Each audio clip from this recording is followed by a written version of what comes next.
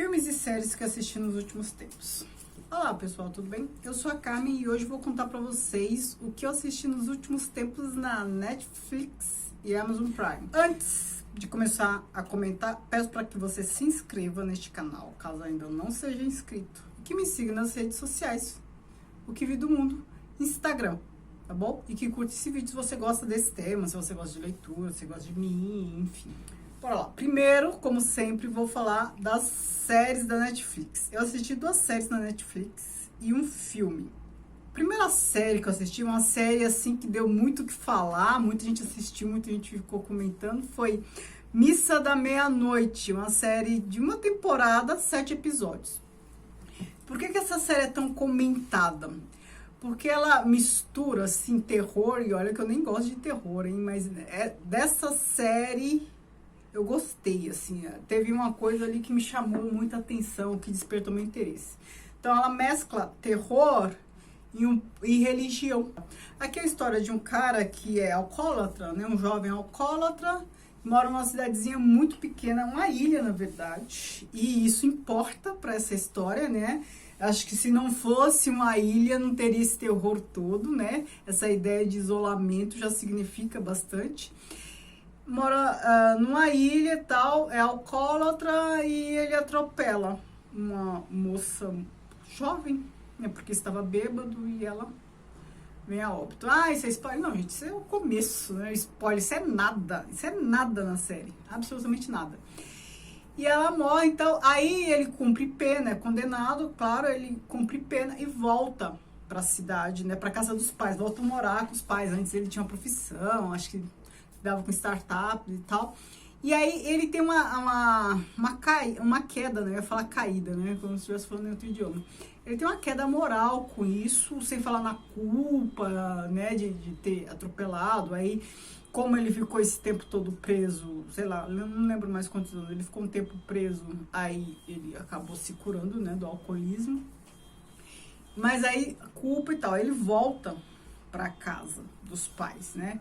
E aí ele se depara com essa ilha, né, essa cidadezinha bem decadente. E ao mesmo tempo, está voltando um padre lá, o padre da cidade, que tinha ido para Jerusalém, né? Os habitantes ali se reuniram e deram dinheiro para ele para ir para Jerusalém. Tá voltando, só que aí não volta esse padre, né? Que era um senhor já bem velho. Volta um padre novo que substitui, fala que vem em substituição do padre, esqueci o nome, porque este padre mais velho teve um problema de saúde e ficou no continente, né? Então ia se recuperar. Enquanto isso, este padre novo vai substituí-lo. E ao mesmo tempo, né, o retorno desses dois, começam a acontecer coisas bem esquisitas assim na ilha e por aí vai. Vão acontecendo muitas coisas. Então assim, os gatos morrem, as coisas, e por aí vai. A gente começa a ficar assim um pouco instigado. Mas a série, ela tem um ritmo assim bem lento, acho que nos 2 primeiros episódios, né? Você pode correr o risco assim até de parar de assistir a série, porque pode achar o ritmo assim lento, né? Você assiste e fala, tá, e daí? Mas aí depois a coisa começa a ficar bem interessante. Eu não vou contar mais para não dar spoiler, mas o que é interessante nessa série? A gente pensar como as palavras, a palavra escrita principalmente, elas podem servir tanto para o bem quanto para o mal. Como as pessoas, na verdade, usam as palavras. E aqui, quando eu falo de uso de palavra, eu tô falando do uso da palavra sagrada, da palavra da Bíblia, palavra religiosa. Como as pessoas usam essas palavras para o que bem entender. Então, assim, de modo geral, o que eu percebo? Isso tanto no âmbito religioso quanto político e tal.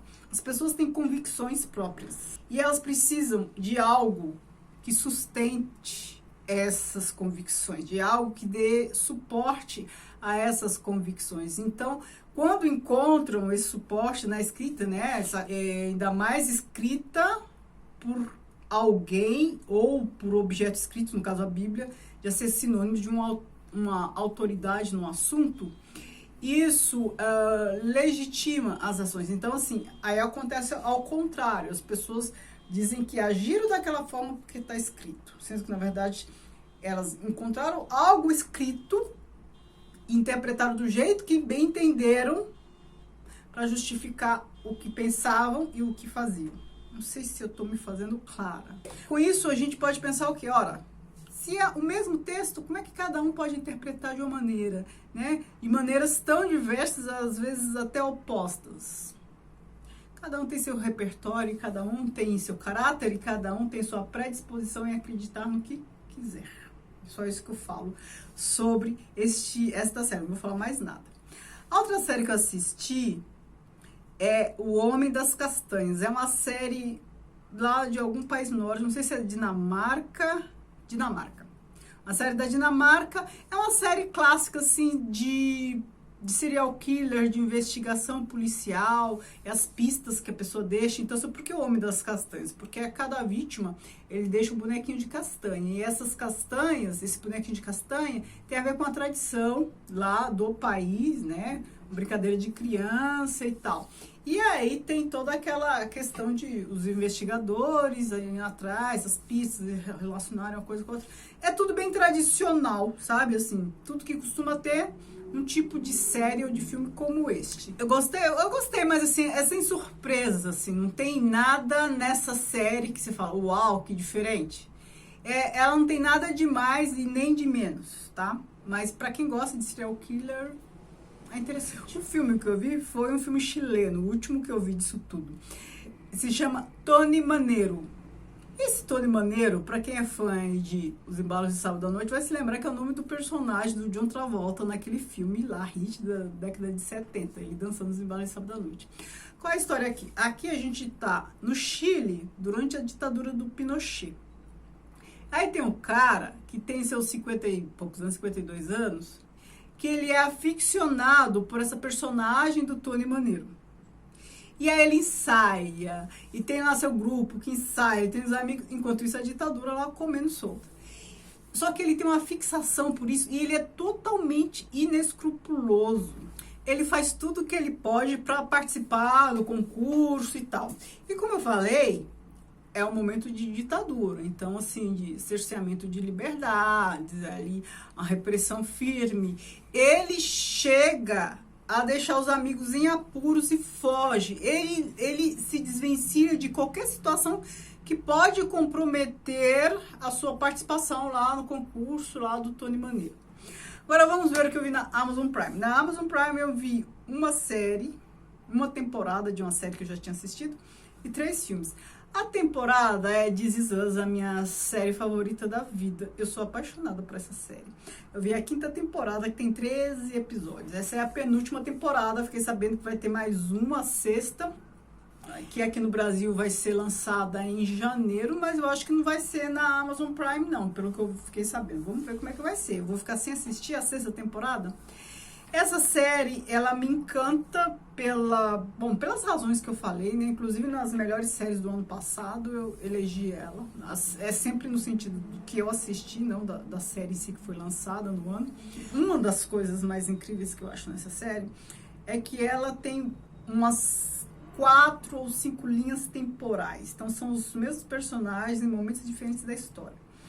Cada episódio, a gente tem ali trechos de cada linha temporal e cada episódio é mais ou menos temático. Então assim, o que um personagem aqui tá passando nesse momento sobre o tema, ou ele no passado estava passando por algo parecido, ou algum outro personagem passando por algo parecido. Então assim, é como se fosse uma ressonância daquela questão em momentos diferentes da vida dessa família.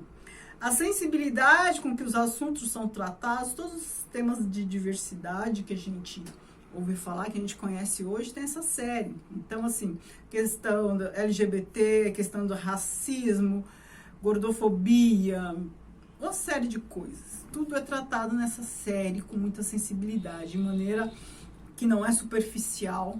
E, assim, tem personagens que, assim, a gente se apaixona por eles, né? Muito bem, com densidade psicológica, personagens que são complexos, assim, e a gente acaba se apaixonando por vários. Filme. Eu assisti o filme do Almodóvar que tem lá, acho que é o último do Almodóvar, acho que é A Flor dos Seus Segredos, acho que é esse o nome. É a história de uma mulher de meia idade, que ela é escritora, usa lá um pseudônimo, e é largada pelo marido. Ela tá sofrendo uma crise, isso aqui tem uma situação que ela acaba tendo que ser crítica do seu próprio trabalho. É uma confusão, aquelas coisas de Almodóvar. Então, assim, tá longe de ser o melhor de Almodóvar, mas não deixa de ser Almodóvar, o que significa que tem umas coisas bem interessantes, assim, sobre as quais a gente consegue dar algumas boas risadas. Outro filme que eu vi foi Minari, aquele filme que concorreu ao Oscar, né, como melhor filme estrangeiro, acho que ganhou na categoria de melhor atriz coadjuvante. É um filme da Coreia do Sul, é sobre a história de uma família, um casal e 2 filhos que vêm para os Estados Unidos, né, saem da Coreia e vão para os Estados Unidos para tentar a vida melhor, né, aquela ideia de tentar realizar o sonho americano. E aí eles acabam vivendo, tendo que se adaptar a viver um barracão, uma espécie de trailer e tal. Aí depois vem a mãe dela, né, a senhora que ganhou o Oscar e tal. E assim, é a história dessa família tentando uma vida nova. O último filme que eu vou citar é Era Uma Vez Hollywood, aquele filme do Tarantino, que estava no cinema há uns 2 anos e eu não assisti. O filme com Brad Pitt e Leonardo DiCaprio. É um filme muito interessante porque ele reúne bastante coisa. Então, assim, tem uma metalinguagem, né? É o cinema, falando do cinema. Era Uma Vez Hollywood. A personagem do DiCaprio é um ator famoso de cinema e o Brad Pitt é o seu dublê. Eles têm lá uma relação até que legal e a gente vê no filme, assim, interpretações do DiCaprio e tal. A gente nem vê muito o Brad Pitt em ação nessa situação de dublê, mas ele tem suas questões ali paralelas. E tem lá uma comunidade hippie e tal. Paralelamente, a gente tem ali a Sharon Tate, uma atriz ali da década de 60, né? O filme é ambientado na década de 60. E o marido dela, o Roman Polanski e tal.